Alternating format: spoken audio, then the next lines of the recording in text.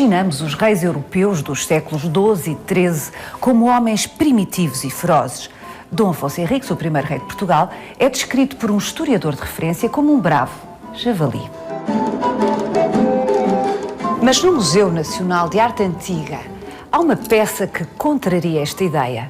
A Cruz de Dom Sancho indica que os primeiros reis de Portugal foram muito provavelmente homens cultivados e elegantes. Vai querer saber mais? Venha connosco nesta visita guiada.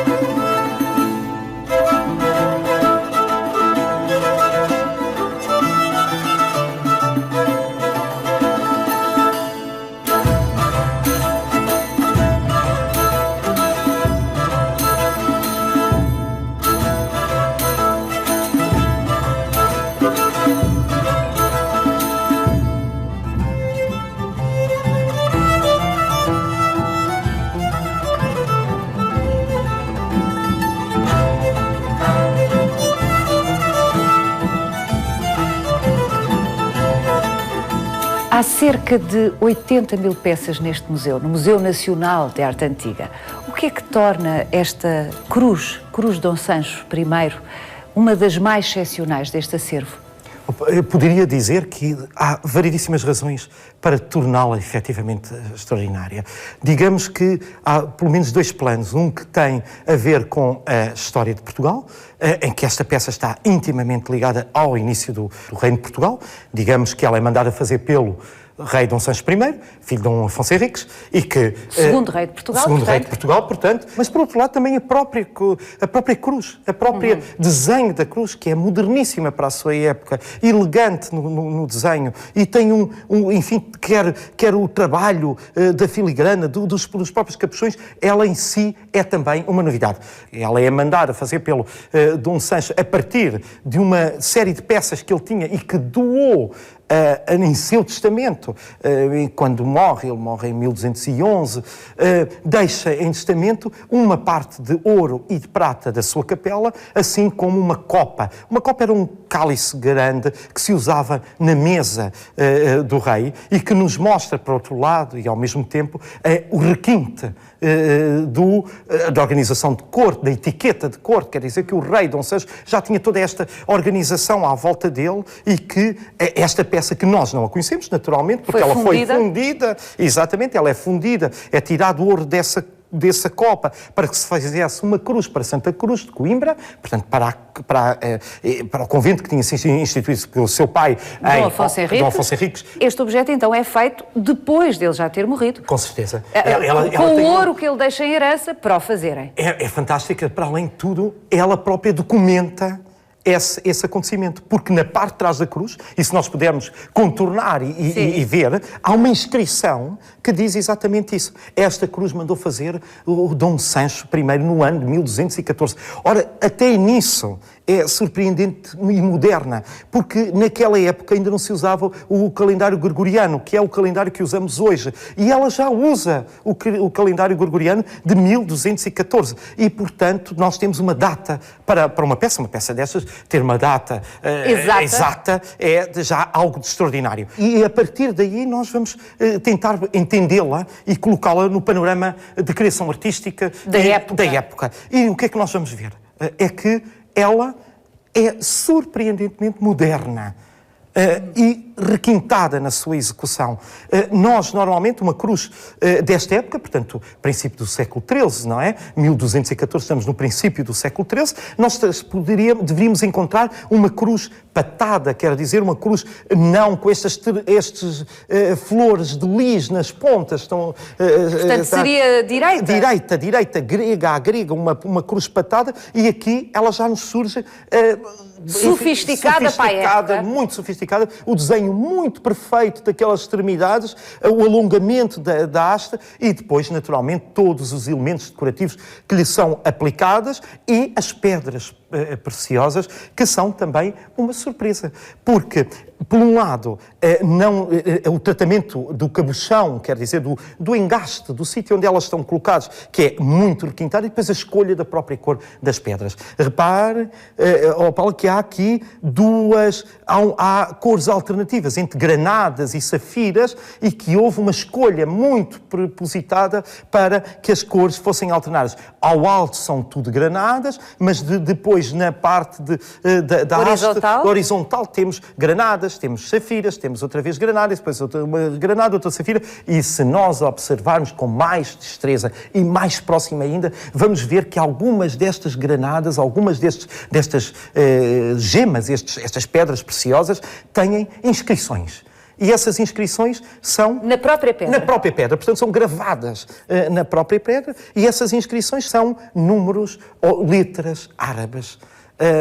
O que queria dizer que estas pedras deveriam ter pertencido a uma ou outra, enfim, a um tesouro que, com certeza, foi parar a mãos cristãs e que, portanto, foi retirada do tesouro, digamos, do próprio rei e que aqui foram reutilizadas. Recicladas, não é? Há uma aqui da ponta que tem até um pequenino cão, um animal de 4 patas passante, mas que nos dá também essa outra... enfim, outra marca histórica, não é? Nós temos aqui várias camadas e vários tempos que se vão sobrepondo. 2 perguntas. Esta cruz é um caso atípico? Exato. Ou é atípico na história da arte? Ou é um caso de vanguarda? Vanguarda. Absoluta vanguarda. Nós vamos ter depois cruzes deste tipo... Ou seja, quando ela é feita, ela antecipa enfim, testemunha Exato. Uma corrente estética que virá a acontecer mais tarde. É isso? Que vem por influência francesa pelos caminhos de Santiago, portanto, das peregrinações de Santiago, e que vem naturalmente de Limoges. A grande produção de cruzes de pontas flordelizadas, naturalmente, é uma imagem que nós ligamos à França, ainda hoje, não é? As flores. Mas não nesta altura? Não nesta altura. Pelo menos com esta difusão. Neste momento, em Portugal, as cruzes típicas, fabricadas na Península Ibérica, pelo norte da Península Ibérica, eram cruzes patadas, quer dizer, cruzes que iam alargando para as extremidades e que não estão recortadas nas pontas. Essa moda, digamos, essa tradição de fazer cruzes com extremidades em flor de lis, só vai aparecer exatamente a partir do século XIII, mas bem adiantado do século XIII. Quer dizer, portanto, isto é uma peça vanguardista no seu recorte, portanto, na forma da cruz, bem como depois também nos elementos decorativos. E estes elementos decorativos cruzam outra questão cultural. É que Santa Cruz, os Crúzios, a ordem criada pelo Dom Afonso Henriques, em Coimbra, e que depois vai escolher como lugar para a sua sepultura, tal como Dom Sancho, o seu filho? O seu filho. Esta doação não é uma doação, digamos, aleatória. É, digamos, uma doação propositada, porque ele sabia que ia querer que os seus restos mortais lá ficassem sepultados, tal como o pai já tinha escolhido aquele local.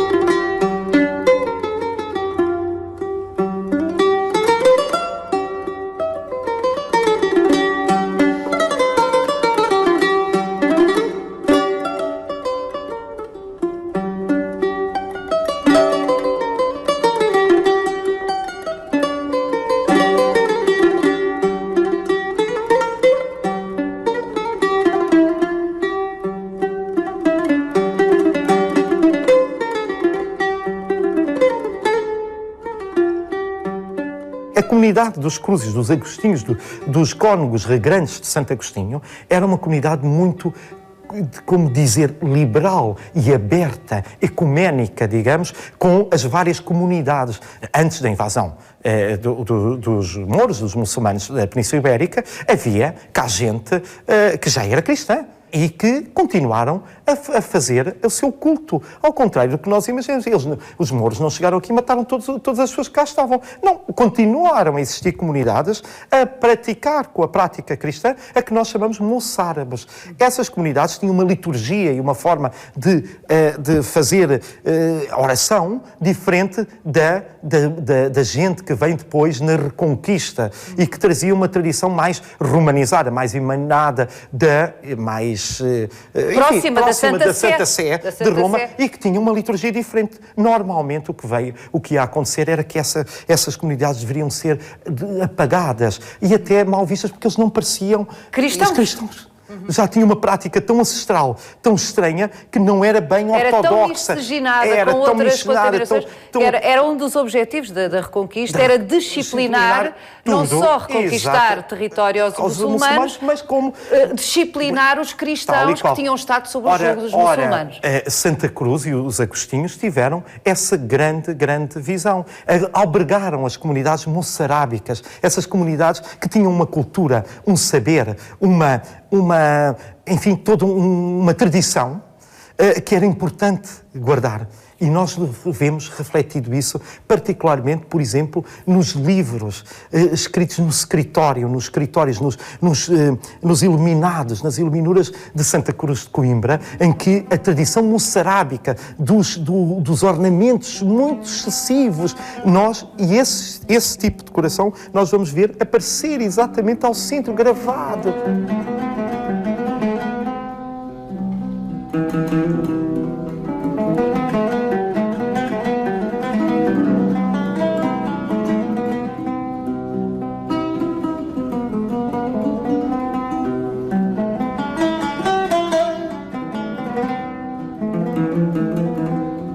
Oliveira Martins, na sua História de Portugal, descreve Dom Afonso Henriques, enfim, são umas páginas particularmente inspiradas, ele é muito inspirado sempre, mas estas são particularmente interessantes, e a dado passo descreve Dom Afonso Henriques como um javali, é o mínimo que ele diz, no sentido de ser primitivo, buçal, é uma expressão que ele chega a utilizar. Como é que podemos concluir, ou pelo menos intuir, que Oliveira Martins talvez não acertado exatamente no perfil destes primeiros reis de Portugal? É natural, basta olhar para uma peça como esta. Ela prova exatamente que há um requinte, uma execução moderna, contemporânea, enfim, até vanguardista. Enfim, o facto dele ter deixado o que deixou a Santa Cruz de Coimbra. Mais do que isso, nós sabemos os detalhes hoje da vida dele. Que o Oliveira Martins, no século XIX, não sabia. Exatamente, a documentação. Por exemplo, sabemos que o Afonso Henriques tinha um alfaiate moro a trabalhar para ele. Ora, nós o que imaginamos das nossas histórias de Portugal e tudo isto é um rei vestido de cota de malha, com umas grandes barbas e com um carão enorme, e não um requintado rei que tem um alfaiate árabe a trabalhar para ele, enfim, e mais do que isso, depois toda a organização de corte, que agora conhecemos melhor, e que sabemos, obviamente, que a corte era, enfim, muito mais organizada, e com as suas regras, com a sua etiqueta, enfim, nós imaginamos-lo sempre em reconquista, não é? Em ação de batalha.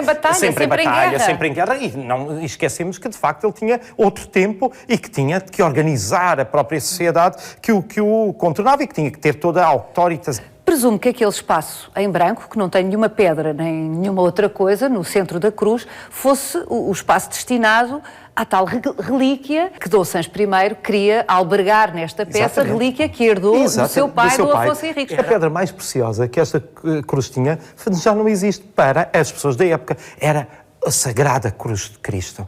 Era um bocado da Cruz de Cristo que usava sempre junto a ele. Mas recapitulemos. Cruz de Cristo? Cruz de Cristo, sim, senhor.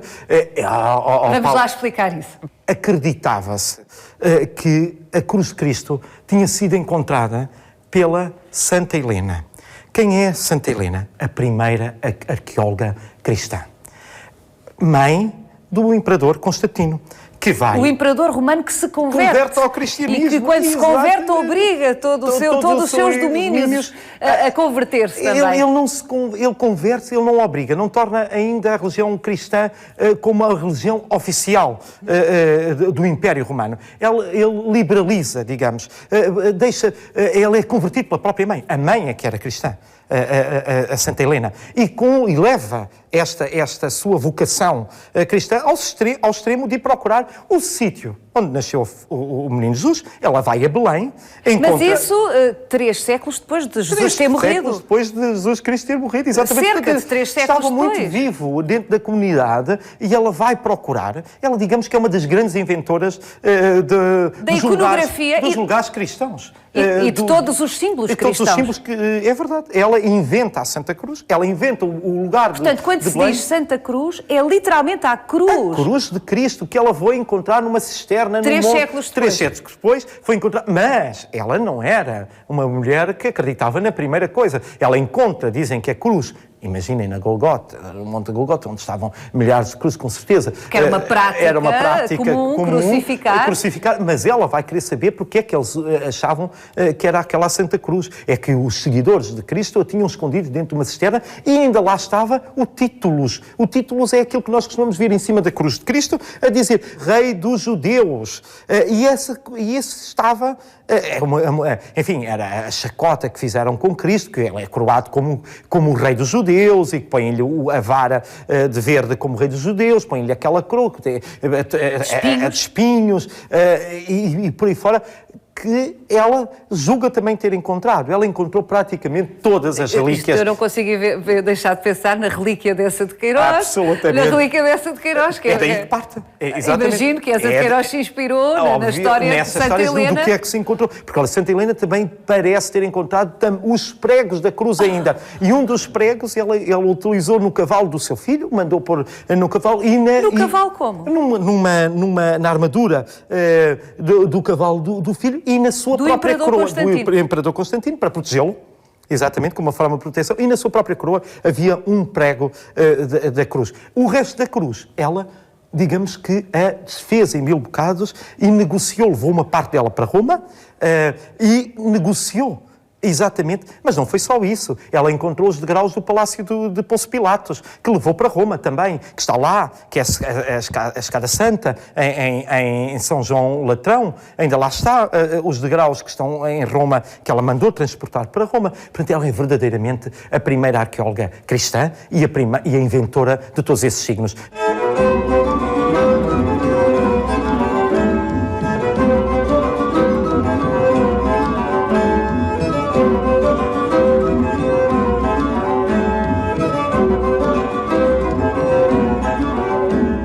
E todos esses bocados de Santa Cruz tinham autentificações. Ninguém, não se pense que aquilo era o primeiro pau que aparecia assim na rua e que se dizia isto é o Santo Ligno, é a Santa Cruz. Não, nada disso. Tinha que vir autenticada de Roma. Ora, este pedaço que é apanhado do primo dele, digamos que é um saque de guerra, tinha a garantia de que tinha vindo de Roma e que tinha sido retirada da cruz da Santa Helena, porque depois aparecem milhares. Portanto, toda esta cruz, o ouro que Dom Sancho I deixou para que se fizesse uma cruz extraordinária para aquele que viria a ser o seu túmulo, ao lado do túmulo do seu pai, no Mosteiro de Santa Cruz, em Coimbra, tudo isto foi concebido, como disse desde o início, para albergar, para guardar com o máximo de dignidade esta relíquia absolutamente maior. E depois os cruzes fizeram uma coisa estrondosa.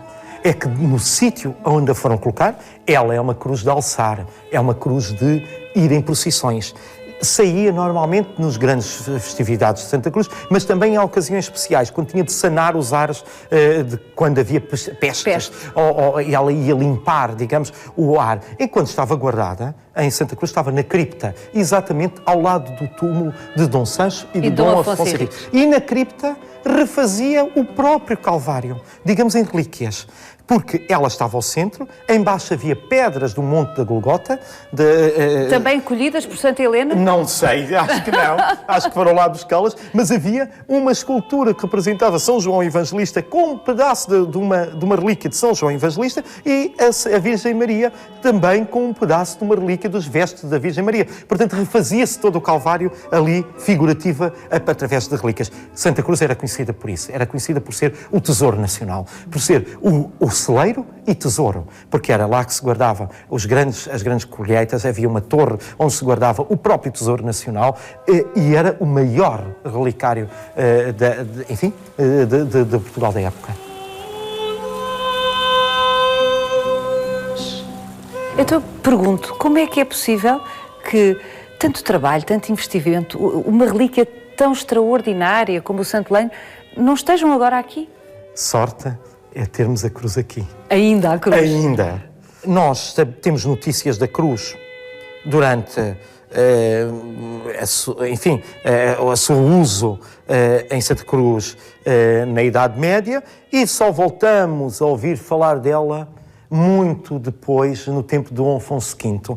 Ela está guardada em Santa Cruz, mas há um prior de Santa Cruz que precisa de pôr a estudar o seu filho em Bolonha. Sim, prior, filho? Não, mas é normal. Na época... É normal. E nunca sabe se antes de ele ser prior já tinha tido o filho ou não, mas isso não importa agora. Isso agora. O que importa é que ele tem que... E é caro. Ainda hoje é caro mandar os filhos estudar na universidade e, portanto, não havia nada. Ele desvelava-se, para que o seu filho tivesse a melhor educação na grande Universidade de Bolonha, a primeira grande universidade da Europa, e que gostava. E ele, então, vai empenhar, vai pôr no prego esta cruz? Esta cruz. No o prego prior de Santa Cruz põe a cruz no prego e hoje sabemos disso não pela desonra que foi para o convento, mas sim pelo outro prior que vem a seguir, chamado da Boa Memória, porque as suas expensas vai pagar com o seu dinheiro o resgate da cruz e quando ela vem já não vinha inteira. Inteira. Vinha, digamos, desvirtuada e do seu poder, digamos, vinha sacralizada, porque não continha a razão por que tinha sido feita, albergar o Santo Lenho.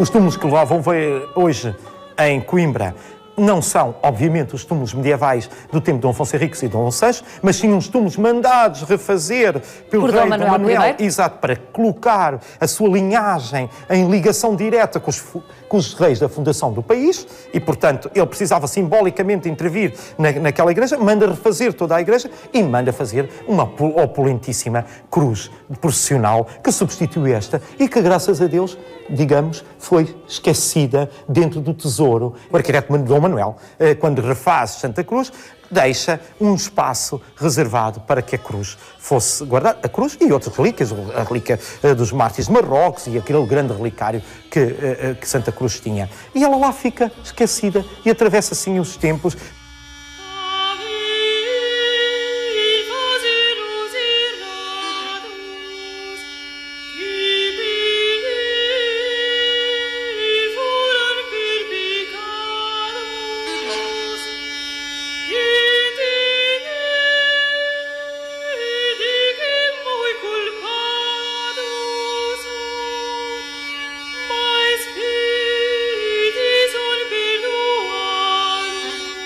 Se esta cruz falasse, mas fala-nos silenciosamente, como aqui ficou exuberantemente expresso pela toda a sua estética e tudo aquilo que se sabe do seu percurso. Vale a pena uma visita ao Museu Nacional de Arte Antiga, em Lisboa, só para ver esta peça.